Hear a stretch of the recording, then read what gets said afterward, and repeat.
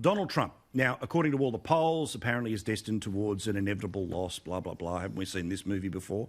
Anyway, a bloke who did help architect two Republican victories, Karl Rove, who generally speaking hasn't quite been sort of an anti-Trumper. He's come out and said, look, you know, the current track he's on is not the way to win again in November. And here's what he told Fox News.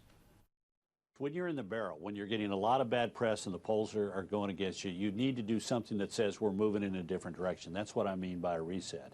But it doesn't mean a staff shakeup. You know, the replacement of one person as the chief operating officer of the campaign with another one is not going to change anybody's opinion. So you got to do something that's big and grabs the attention of the American people and says this is either a big new policy or a change in tone or direction.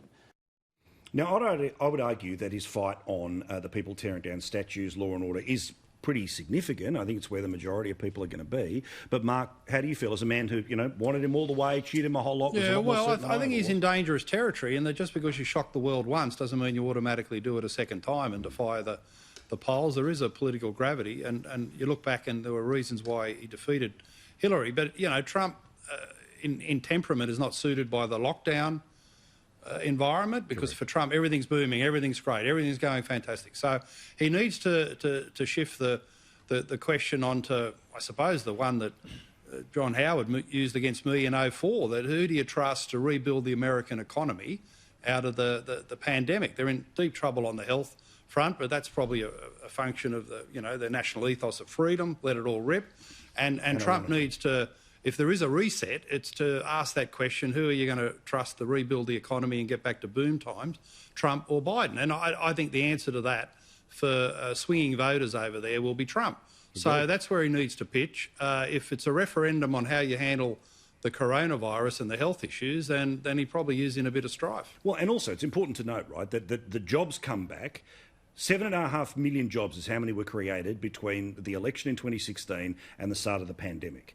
7.5 million jobs have returned to the American economy in the past 2 months. So I think he can actually make exactly that point. He needs to get that out there and be pretty disciplined about talking about the economy and not much else. Rita, how do you feel as somebody who would like to see it happen again in November? I think, that he's got a ready-made campaign slogan. They couldn't decide whether they were going to go with Keep America Great or Make America Great Again. But given what coronavirus has done to the American economy, Make America Great Again is going to be his campaign slogan, I think, for November. And what has happened with the pandemic, I think most Americans know that it's very much a state-by-state equation. Certain states have handled it relatively well compared to similar-sized populations in Europe, and other states have handled it abysmally.